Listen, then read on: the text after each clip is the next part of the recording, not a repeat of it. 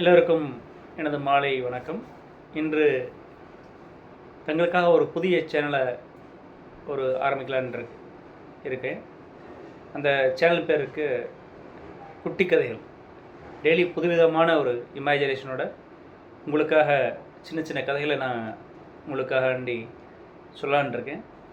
At least ஒரு வாரத்துக்கு 2-3 கதைகள் உங்களுக்காக சொல்லலான் இருக்கேன். அது ரொம்ப இன்ட்ரெஸ்டிங்காக இருக்கும். இது குழந்தைகளுக்கான ஒரு சேனல்.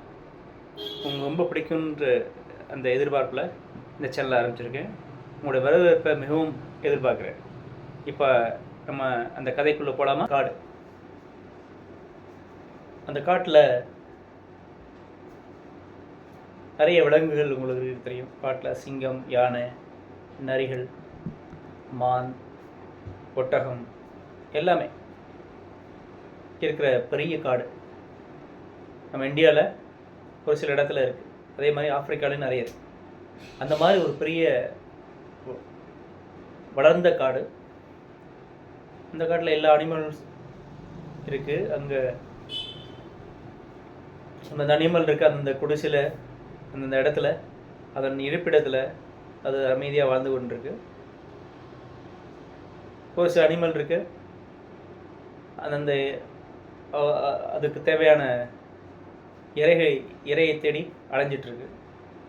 அப்போ ஒரு இடத்துல நரிகள் கூட்டம் இருக்குது.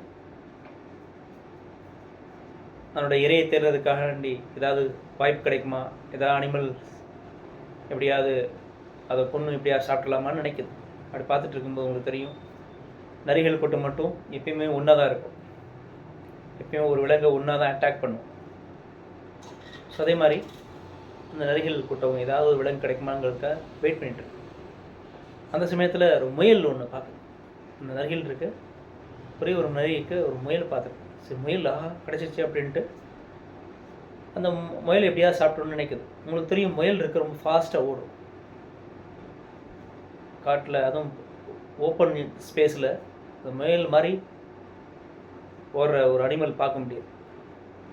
அது நாயை விட ரொம்ப ஃபாஸ்ட்டாக ஓடும். அந்த முயலை பார்த்தோன்னே இது காசு வந்துருச்சு, எப்படியாவது பிடிச்சிடலான்ட்டு அப்படி முயலை துரத்தி ஓடும்போது இருக்கு, ரொம்ப தூரம் ஓடிக்கிட்டே இருக்கு. எல்லா நாய்களும் எப்படியாவது முயலை சேர்ந்து பிடிச்சிடலான்ட்டு ஓடிக்கிட்டே இருக்கு.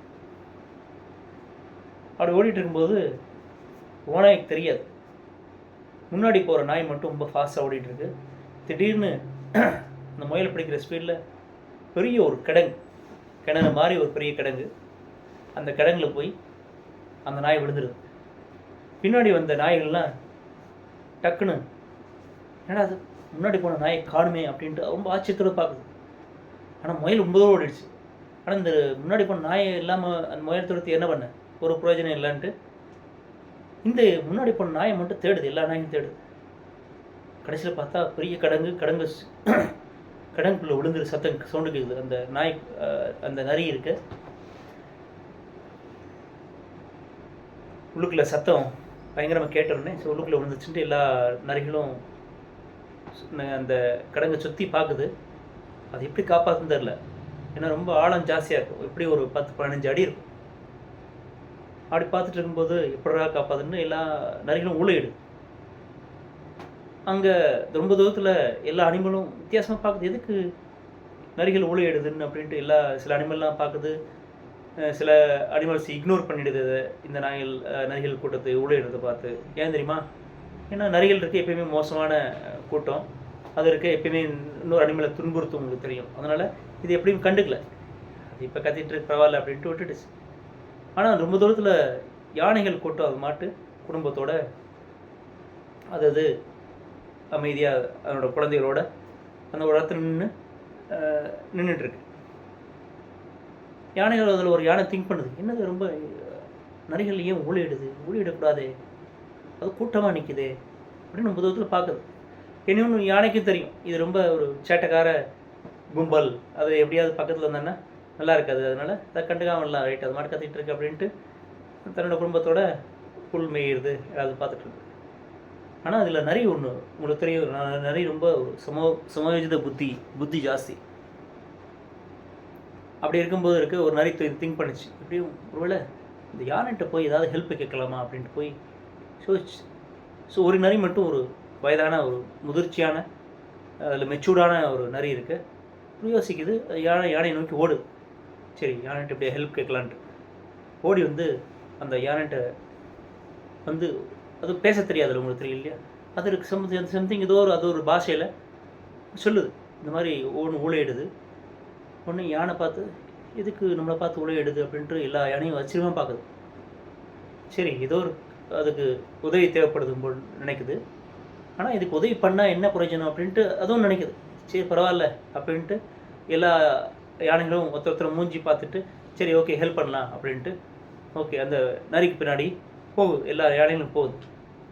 போய் பார்த்தா அந்த எல்லா நரிகளும் மூலிகை பார்த்து ரொம்ப ஆச்சரியமாக பார்க்குது. என்னடான்ற பார்க்கும்போது இருக்கு, அப்போ தான் தெரிய வருது எல்லா யானைகளும் அவங்க கூட சேர்ந்த எல்லா யானைகளும் அதை விட்னஸ் பண்ணுது. உண்மையிலேயே உள்ளுக்குள்ளே ஒரு நரி விழுந்துருச்சு அப்படின்ட்டு. அது அவனோட பாஷையில் ஹெல்ப் கேட்குற மாதிரி கேட்பாங்களே, யாராவது கஷ்டத்தில் இருக்கும்போது கேட்பாங்க இல்லையா, அதே மாதிரி அது நரி இருக்க கேட்குது, ஹெல்ப் கேட்குது. அப்புறம் யானைகள் பார்க்கும்போது உண்மையிலே உள்ளுக்குள்ளே விழுந்ததுனால சரி இது எப்படியா ஹெல்ப் பண்ணணும் அப்படின்ட்டு யோசிக்குது. யானை யோசிக்குது, இதை எப்படி இதை காப்பாற்றுறது அப்படின்ட்டு உள்ளுக்குள்ளே இந்த நரி எப்படி வெளியே கொண்டுறதுன்ட்டு ரொம்ப யோசிக்குது. ரொம்ப யோசனைக்கு அப்புறம் அதுக்கு தோணுது, எல்லா யானையும் அதில் ஒரு முதிர்ந்த யானை இருக்க, மெச்சூர்டான யானை திங்க் பண்ணுது, ஓகே ஏதாவது பண்ணலாம் அப்படின்ட்டு பக்கத்தில் வரும்போது அப்படி சுற்றி பார்க்கும்போது பார்த்தா ஏதாவது மரங்கள், உங்களுக்கு தெரியும் செடி கொடிகள், தென்னை மரம் இருக்குது, பனை மரம் இருக்குது அப்படின்னு பார்க்குது. ஆனால் அதில் என்ன டிசைட் பண்ணுது இமீடியட்டாக, ரொம்ப தூரத்தில் ஒரு பனை மரம் அழகாக தெரியுது. பனைமரத்தை, ஏன்னா பனைமரம் உங்களுக்கு தெரியும் ரொம்ப லென்த்தியாக இருக்கும், பார்த்து ரொம்ப தூரத்தில் ஹைட்டாக இருக்கும். ஸோ இந்த பனைமரத்தை நம்ம ஒடிச்சு கொடுந்தோன்னா அந்த கடங்குள்ளே அந்த ஆழமான ஒரு கடங்கை அந்த பணம் விட்டோன்னா அந்த நரி இருக்க, விழுந்த நரி இருக்க, அது மேலே ஏறி வந்து தப்பிச்சு வந்துடுன்ட்டு ஒரு திங்கிங் இருக்குது. சரி, அதை மரத்தை எப்படி கொண்டுறது?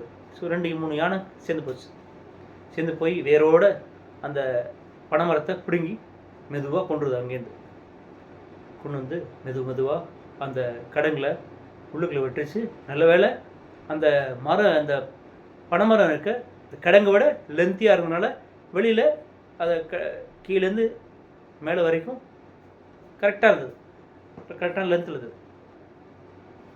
ஆச்சரியத்தில் பார்த்தோன்னா நிறைய எப்படா தப்பிச்சு வருவோன்ட்டு உள்ளுக்குள்ளே காத்துட்டு இருக்கும்ல, நிறைய இருக்குது. மெதுவாக நைஸாக அந்த மரத்து மேலே மெதுவாக ஏறி வெளியே வந்துருச்சு.